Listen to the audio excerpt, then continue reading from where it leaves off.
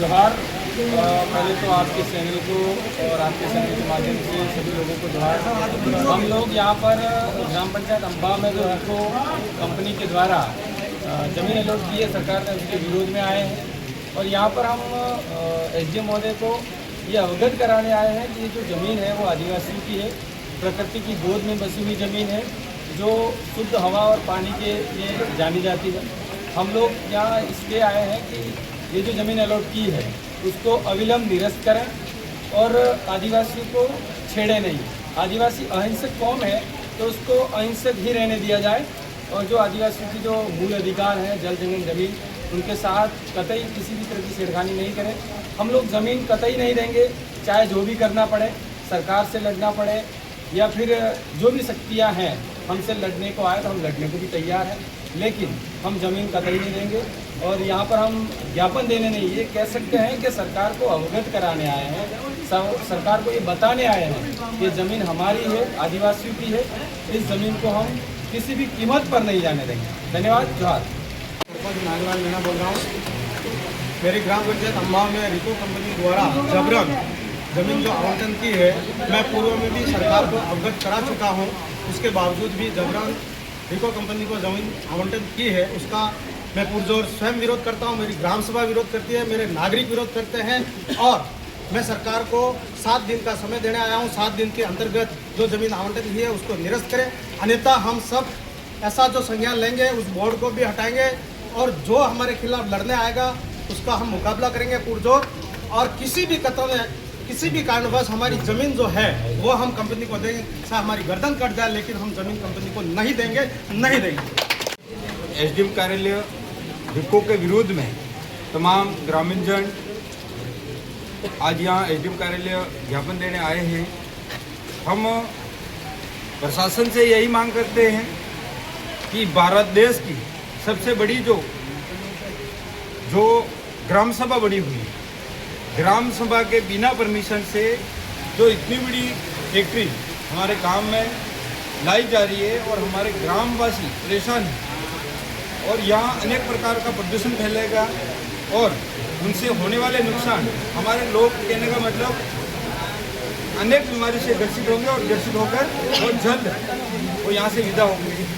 मेरा आशा और उम्मीद है कि जिन्होंने भी जो भी शासन प्रशासन ने और जो अभी जो वर्तमान सरकार है, इन्होंने भारत देश का जो सबसे बड़ा, विश्व का सबसे बड़ा जो संविधान है, उन संविधान का उल्लंघन करा है।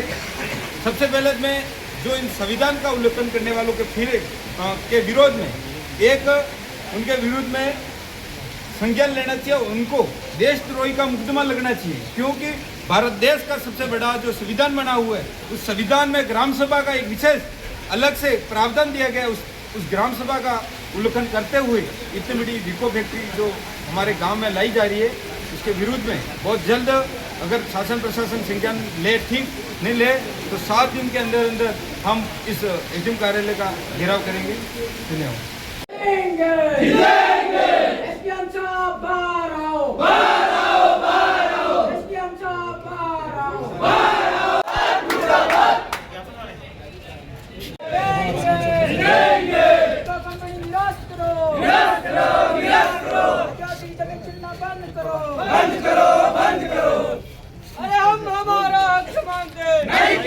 में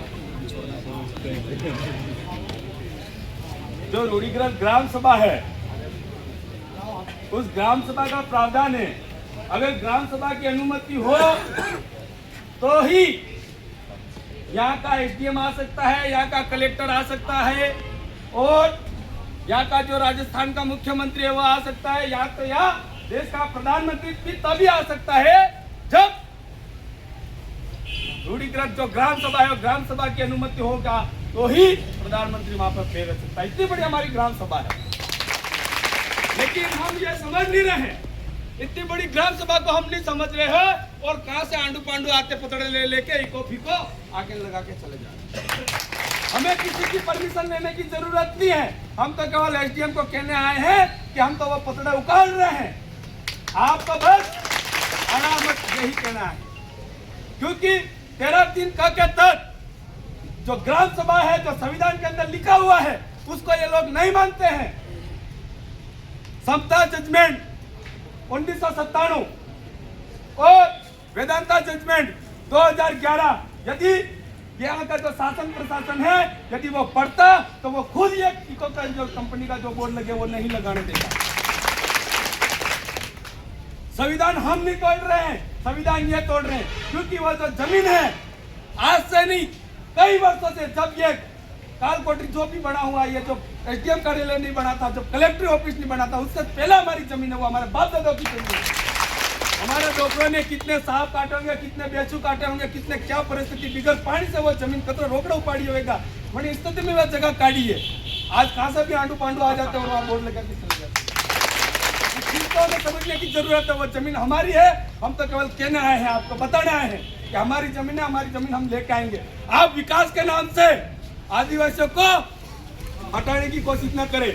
आपको यदि विकास चाहिए, जिस तरह से मार्केट में ये जितने भी दुकानदार है, उन दुकानदारों की वजह से उनका जो जीवन चल रहा है, उनका घर का जो परिवार चल रहा है, उसी तरह से वो जमीन हमारे आदिवासियों की है, उससे हमारे आदिवासियों का पेट भरा जा रहा है। यदि आप उनको हटाते हो, अगर विकास करना चाहते हो तो आप भी एक दिन इनको हटा के देख लो, आप विकास करके बता दो। जिस तरह से इनका भी पेट चलता है उसी तरह से हमारे आदिवासियों का भी जीविका जमीन पे चलती है। इसलिए यही कहना चाहता हूँ कि हमारी जो जमीन है वो जमीन हमारी है। जो रिको कंपनी का जो मामला है ये जल्द से जल्द हटा दे, और 7 दिन का टाइम ले रहे हैं, अन्यथा हम खुद उसको हटा लेंगे। धन्यवाद।